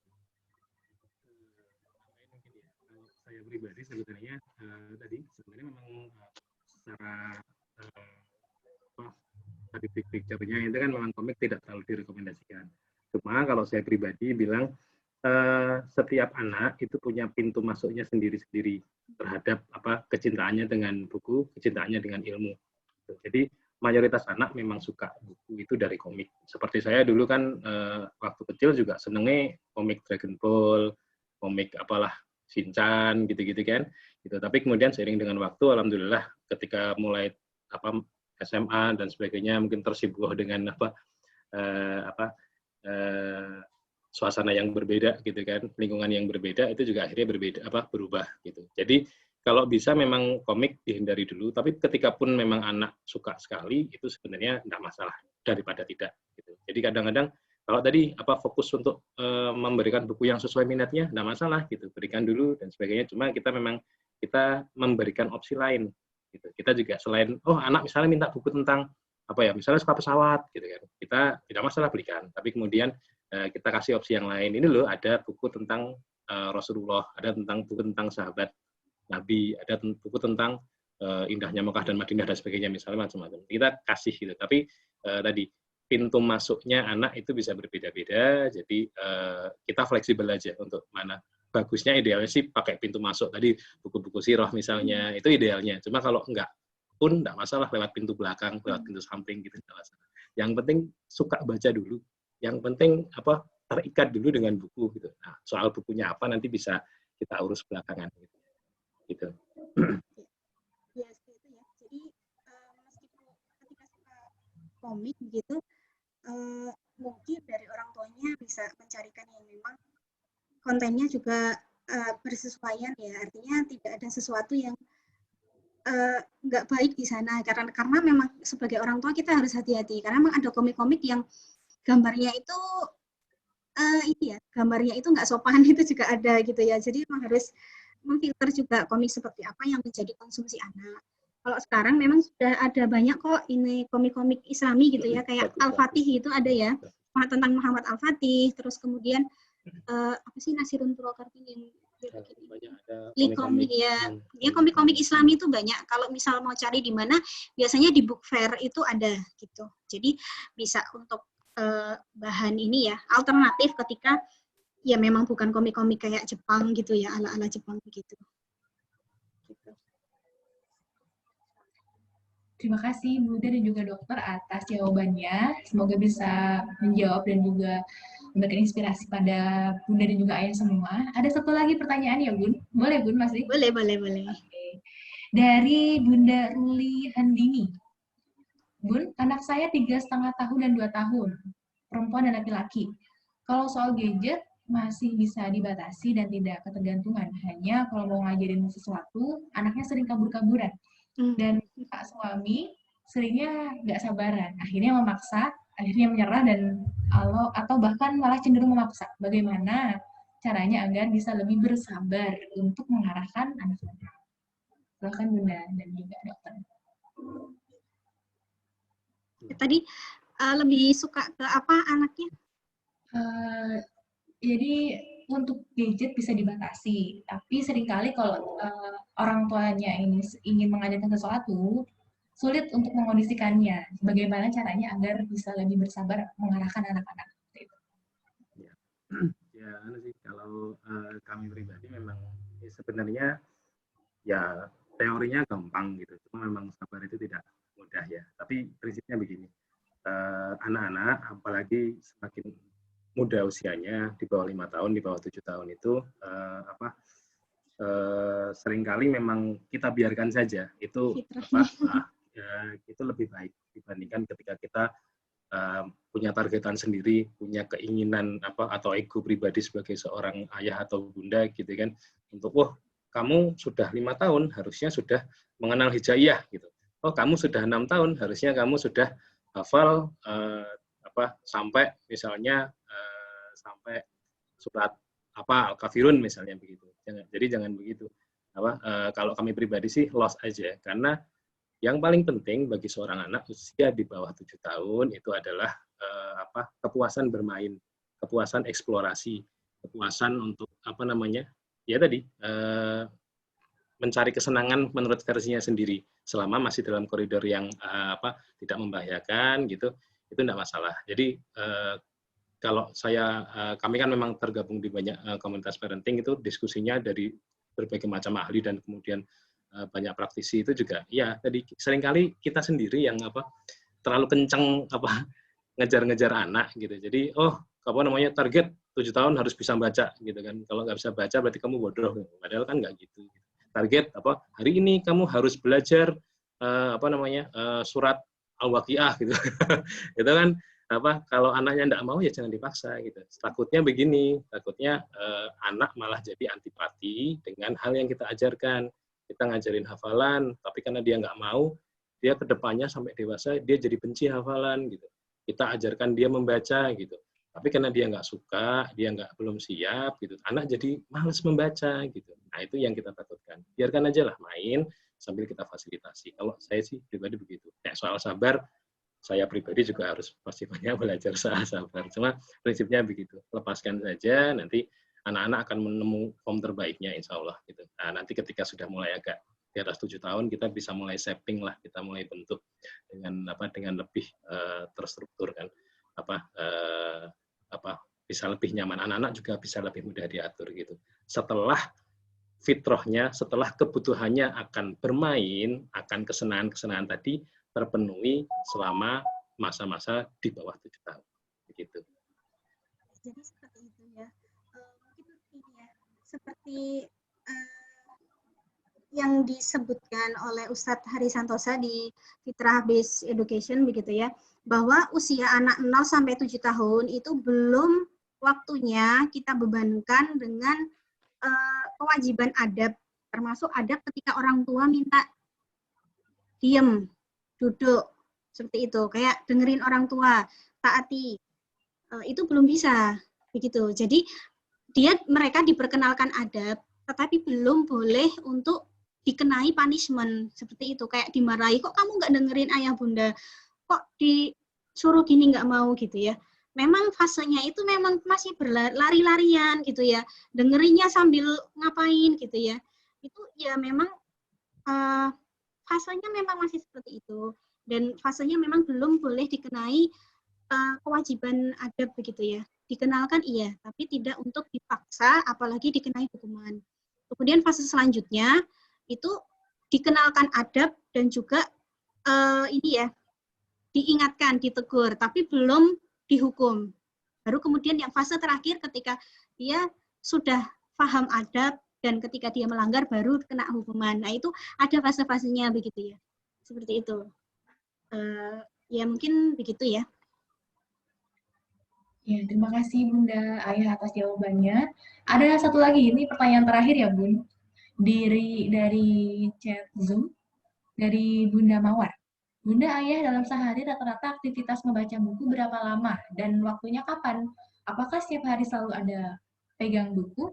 Silakan Bun.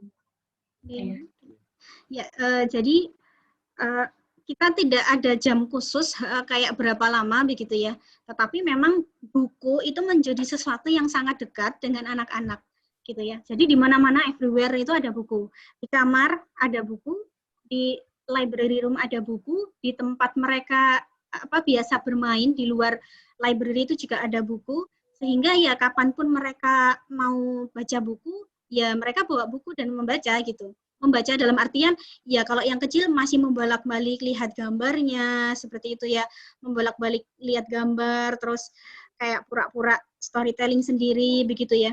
Tapi tidak ada exact time bahwa harus 1 jam, 2 jam, nggak kayak gitu. Memang ya dekatkan aja anak-anak dengan buku gitu. Semakin dekat mereka terjangkau, maksudnya mereka bisa menjangkau dengan mudah buku, akan semakin lebih banyak waktu yang mereka habiskan bersama buku begitu.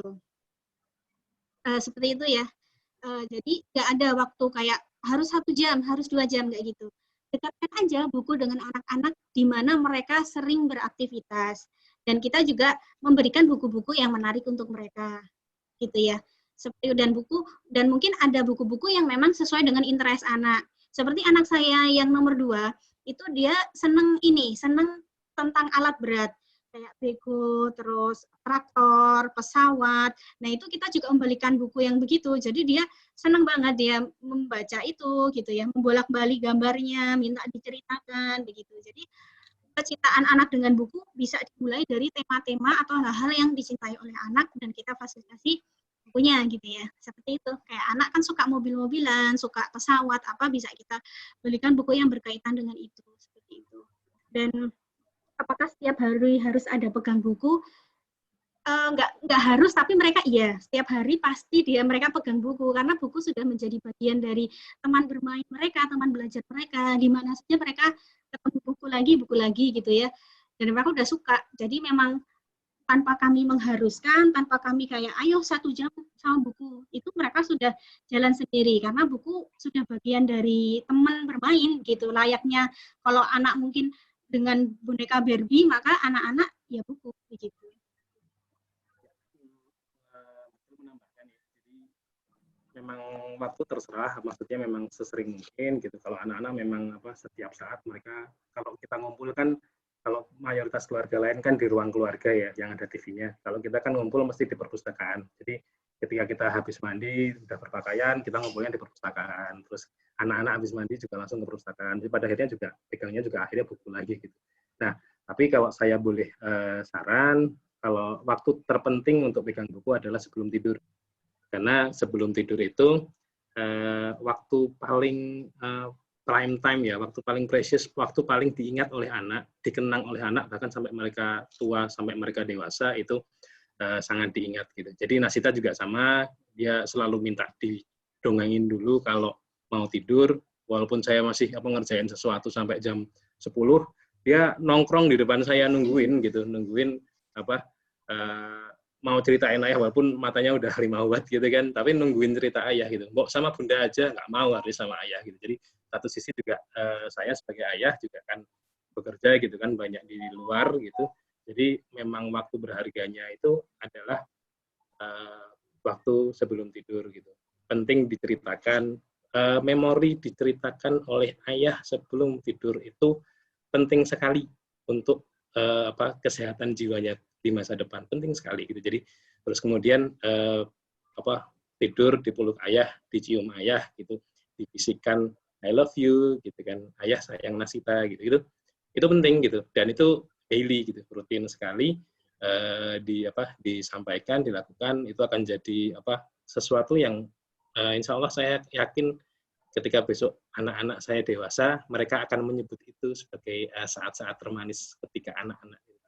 Itu penting sekali, karena memang ya tadi ketika sebelum tidur juga lebih masuk ke ke alam bawah sadar mereka tentang kecintaan terhadap Allah, kecintaan terhadap Rasulullah, terhadap para sahabat, kecintaan tentang Islam dan sebagainya, itu lebih masuk dibandingkan ketika kita membacakan pas siang hari misalnya atau waktu-waktu lain. Jadi bisa diprioritaskan di waktu itu. Begitu.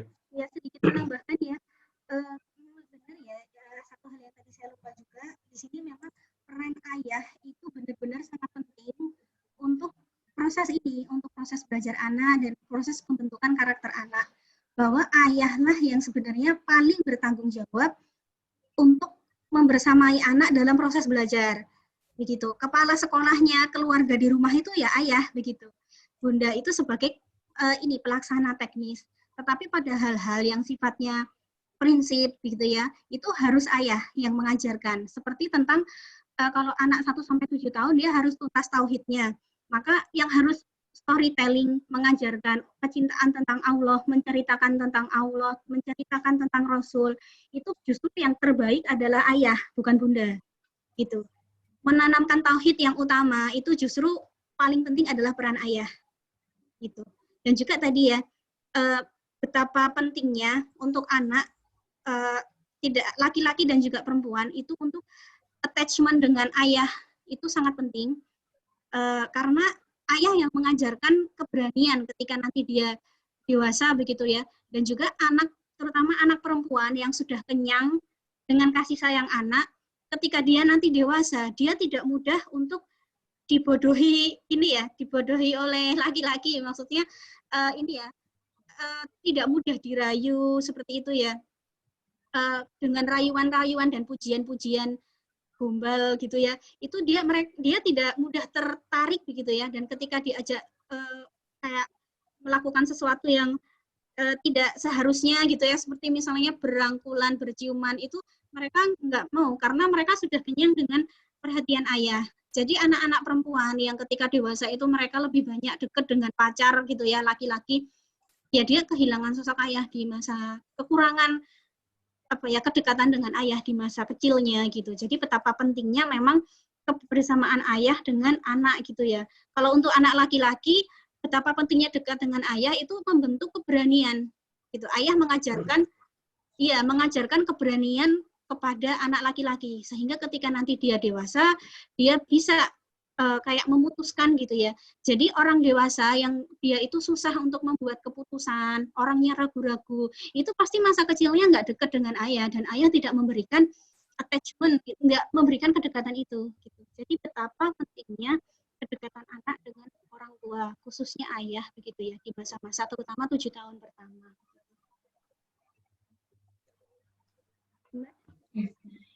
Begitu mungkin semoga bisa menjawab pertanyaan dari Bunda semua dan juga Ayah.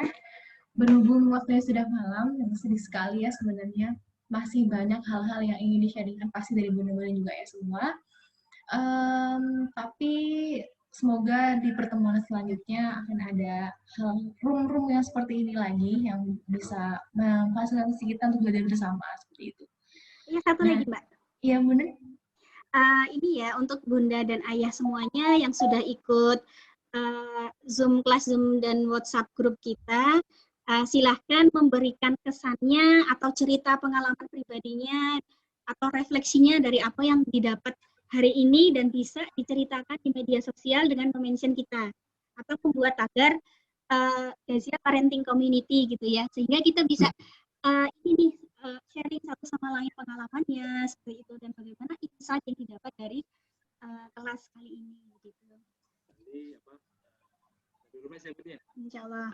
Buat yang terpilih gitu. Jadi intinya sharing, mungkin ada yang sudah punya perpustakaan bisa sharing perpustakaannya seperti apa, terus value-value yang dimiliki tiap keluarga. Karena kita juga banyak ya belajar dari teman-teman semua gitu. Ya saling berbagi gitu. Nah nanti yang terpilih insya Allah ada hadiah dari kita insya Allah. Nah nanti buku anak ya. Seru ya. Nanti surprise lah. Nanti mungkin keterangan lebih lanjut bisa lewat via grup WhatsApp ya. Nanti juga misalnya soal buku-buku yang tadi sudah disebutkan mungkin besok bisa kita foto dulu mungkin untuk mana sih bukunya dan sebagainya. Kita juga akan bahas mungkin di kita juga bahas di grup WhatsApp apa sih yang akan kita bahas pertemuan selanjutnya apa sih yang penting dan sebagainya, kita bisa menghidupkan grup WhatsApp-nya, diskusi lebih lanjut di sana. Nah, nanti kita lihat depannya. Ya, untuk teman-teman, ya untuk ayah bunda yang sudah mengikuti ini, insya Allah forum Gazia Parenting Community ini akan dibentuk berupa komunitas sehingga ayah bunda tidak maksudnya tidak kayak come and go gitu ya, teman-teman bisa, ayah bunda bisa stay untuk nanti agenda kita selanjutnya insya Allah akan kita intensif dengan berbagai tema tentang parenting, tentang pengasuhan gitu ya. Insya Allah kita ketemu di agenda berikutnya dengan waktu yang akan insya Allah diinfokan lagi. Nah untuk ayah bunda sekalian yang kira-kira punya tema yang ingin dibahas kita bersama bisa disampaikan di grup WhatsApp gitu ya. Atau bisa langsung ke medsos kami begitu ya, bisa di Facebook atau Instagram, pengen bahas apa sih gitu, atau ada pertanyaan yang mungkin belum tuntas dari pertemuan kali ini bisa dilayangkan di grup WhatsApp atau di media sosial kita gitu. Nih, begitu ya bunda-bunda semuanya, semoga malam ini bermanfaat dan juga semakin menambah semangat bunda dan juga ayah semua dalam menjadi orang tua yang lebih hebat lagi, orang tua yang lebih semangat lagi berjuang menjadi orang tua yang lebih baik lagi untuk melahirkan generasi-generasi yang bermanfaat ke depannya. Mungkin begitu saja. Sebelum akhiri, gimana kalau misalnya kita Foto dulu, Mbak. ya, Ya, kita semuanya bisa ya. boleh ya menyalakan Bisa ya. open mic dan open video ya, teman-teman ayah bunda. Silakan. Bisa kita foto bersama dulu. Ya. Ayo semuanya open mic Ya. dulu ya. Iya, mari silakan. Ya, belum enggak. Ayah, Bunda Widya, Bunda Sabar, ya.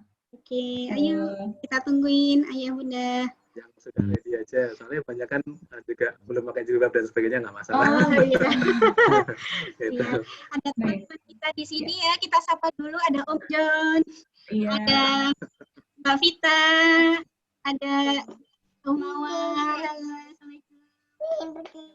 Yang mana? Oh, ada Dokter Bobby, ya, Masya Allah. Ada Dokter Masya Allah. Ini senior saya ini.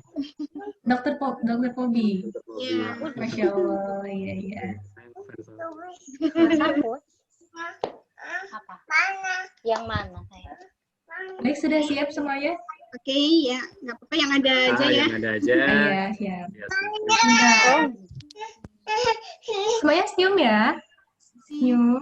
1, 2, 3. Oke. Lagi, sekali lagi. 1, 2. Oke. 3 kali biar afdol. 1, 2. Yeay. Tapi coret-coretan. Sip. Ya, Baiklah, terima terima kasih kasih banyak. semuanya atas antusiasmenya pada malam hari ini. Semoga semangat terus ya ke depannya. Mungkin itu saja pertemuan kita pada malam hari ini. Terima kasih atas waktunya, juga kepada Bunda dan juga Ayah atas ilmunya yang sangat luar biasa.